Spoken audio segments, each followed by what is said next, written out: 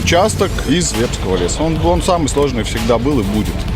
Я вижу, уж белую рубашку приготовил, как последний путь на этот спецучасток.